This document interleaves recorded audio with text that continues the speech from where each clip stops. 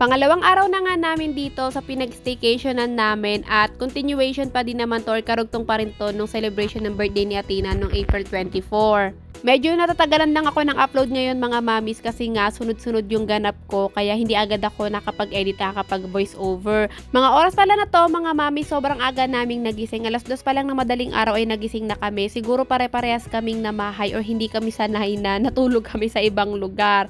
Pero okay lang kasi in-enjoy pa din naman namin. Dahil nga hindi na kami makatulog ng mga oras na to, naisipan na lang namin na mag-almusal na kami. Si Athena gusto daw niya kumain ng cheesecake. Ako naman ininit ko yung natira naming spaghetti. Nilahat ko na para isang initan na lang kasi nga hanggang tanghali na lang naman na kami dito. Nagtimpla pala ako ng kape namin ni Daddy. Bawal sa akin yung kape pero natatakam kasi ako kaya nagkape ako. Total maliit na cup lang naman or maliit na lagayan lang naman yung pinagkakapihan namin ni Daddy. Pagtapos kong kumain ng spaghetti, lobas nga ako dito sa pool area and napakapayapa ng labas mga mamis or ng pool area kasi nga lahat ng kasabayan namin na nag-rent din dito sa mga ibang cabin ay hindi rin talaga sila nagpuyat. In-enjoy din nila yung loob ng cabin. After kumain ni Athena, nanood siya at mga bandang 7 AM mga mamis, ito nga dumating na yung aming free breakfast.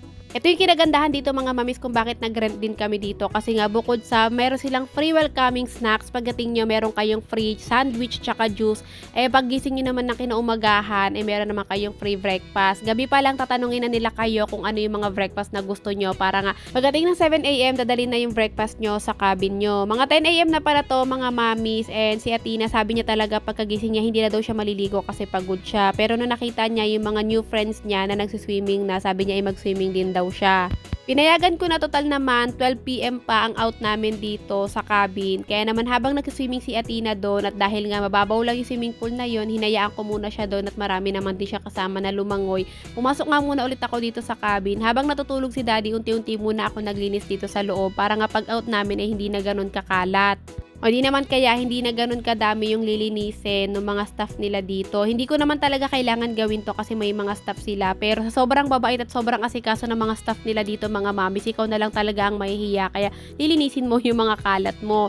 Tapos binalik ko lang din pala yung mga tinanggal kong mga ibang nakalagay dito sa minibar counter. Tinanggal ko na nga din yung happy birthday banner tapos yung mga balloon. Tinabi ko kasi pwede ko pang magamit yun sa susunod na taon. Hindi ko na lang itinanggal yung number kasi nga hindi ko naman alam kung saan ko ilalagyan. Tsaka hindi na yung magagamit ko sakaling tanggalin ko yung hangin. Ibinalik ko na rin sa dating ayos yung mini table nila dito at dinouble check ko kung wala na ba ako nakalimutang linisin. Nung wala na mga mamis, dito naman ako nagpunta sa bed area. Pero bago ko ayusin yung kama, una ko munang inasikaso yung mga bitbit naming gamit. Naglabas muna ako ng pamalit ni Athena para nga pagpa-uwi kami ay hindi na ako magkakalkal pa sa bag dahil inayos ko na yung mga gamit doon. Nung nasigurado ko na nailagay ko na lahat ng mga gamit namin doon sa bag, ito nga't sinimulan ko naman ng ayusin yung kama. Pero hindi ko na masyadong inayos kasi nga alam ko naman na papalitan din nila yung sapin neto, pati na rin yung comforter, pati na rin yung mga punda. Eto at natapos na nga ako maglinis, sinigurado ko na medyo kahit papano ay malinis talaga. Pati sa CR mga mami, sinanggal ko na yung mga basa naming damit. At si Daddy naman ng mga oras na to ay tulog pa siya doon sa taas. Yun yung hindi ko na malilinis kasi hindi ko na kayang umakyat doon. Fast forward nga tayo mga mami, 11:30 na ng mga oras na to. Si Athena ay nakapagbihis na at nag-aantay na lang kami ng grab dahil pauwi na nga kami. Nung dumating na nga yung grab, itong at sumakay na kami para nga makauwi na.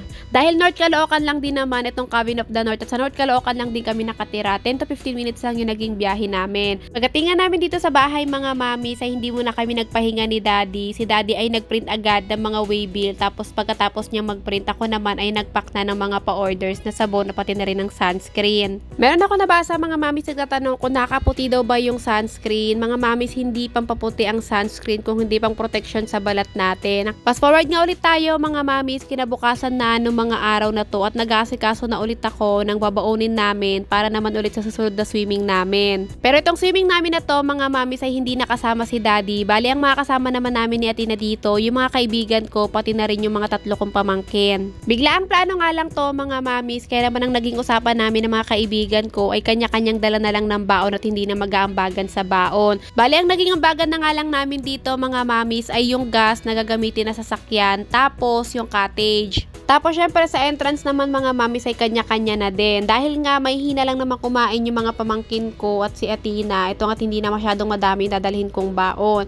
Ang dadalhin ko lang na baon namin ay lumpia, adobo, kanin, tapos magluluto na rin ako ng spaghetti dahil may natira pa kami nung nakaraang birthday nga ni Athena. Gabi pa lang talaga, prepare ko na yung mga lulutuin ko para kinabukasan ng madaling araw pagising ko ay luto na lang ako ng luto. After ko namang i-prepare yung mga dapat kong lutuin kinabukasan, sinampay ko naman itong mga nilabhan ko na ginamit namin nung birthday ni Athena na nag-staycation nga kami. Nung natapos naman ako magsampay, inilabas ko naman na sa plastic itong mga iba pang sahog na gagamitin ko sa pagluluto ko pagising ko para nga sigurado ako na lahat ay nakahanda na. Napansin nyo nga kanina, may mga palakad-lakad na bata sa likod ko. Yun yung mga pamangkin ko. Dapat talaga mga mamis ay hindi na sila kasama. Kaming dalawa lang ni Athena. Pero sabi nga ni Daddy, isama na nga lang daw yung mga pamangkin ko para nga daw masaya si Athena. So dahil si Daddy naman ang nagsabi na isama ko yung mga pamangkin ko at siya naman yung magbibigay ng pang-entrance pati na rin ng pagkain namin, syempre pinasama ko na yung mga bata. Pagtapos ko dun sa kusina, naghilamos na ako para matulog. Pero nakalimutan ko na kailangan ko pa pala munang asikasuhin or ayusin yung mga bibit-bitin naming mga damit.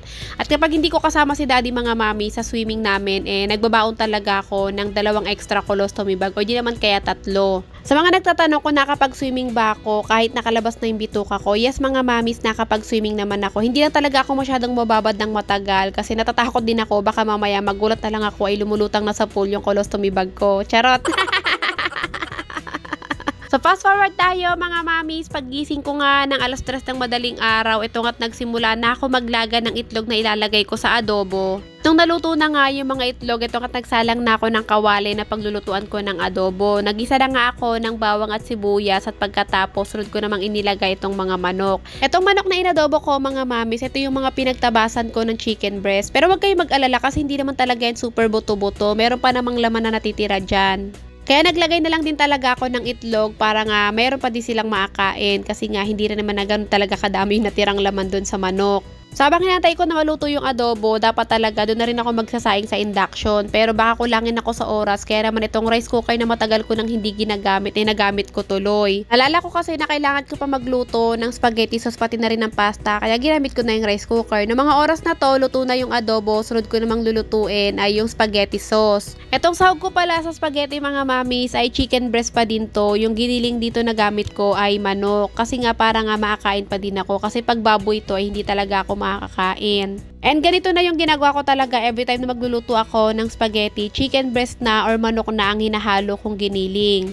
At hindi ko na nga na-videohan lahat ng mga niluto ko o yung pagluluto ko mga mamis kasi mga bandang 5:00 ay dumating na nga yung sundo namin. At sa mga oras na to, nandito na kami sa Bulacan dahil dadaanan na namin yung iba pa naming kasama. At dahil kakamadali ko nga mga mamis, hindi na ako nakapag-apply ng sunscreen bago nila ako sunduin. Kaya naman dito na ako nag-apply ng sunscreen habang inaantay namin na inaakit pa nila yung ibang gamit. Isang van lang pala yung dala namin mga mamis kasi nga konti lang naman kami. Tapos mas marami pa sa amin yung mga bata. Sabi ko sa inyo kanina, di ba mga mamis, biglaan lang talaga to yung plano namin na to kasi dapat talaga dito lang kami sa Bulacan. Birthday kasi ng mama ng mga kaibigan ko at dapat magkakainan lang kami dito sa Bulacan, pero naisipan nga ng mga kaibigan ko na mag-swimming na lang. Total naman, sakto din naman ay summer kaya nag-go na lang din kaming lahat.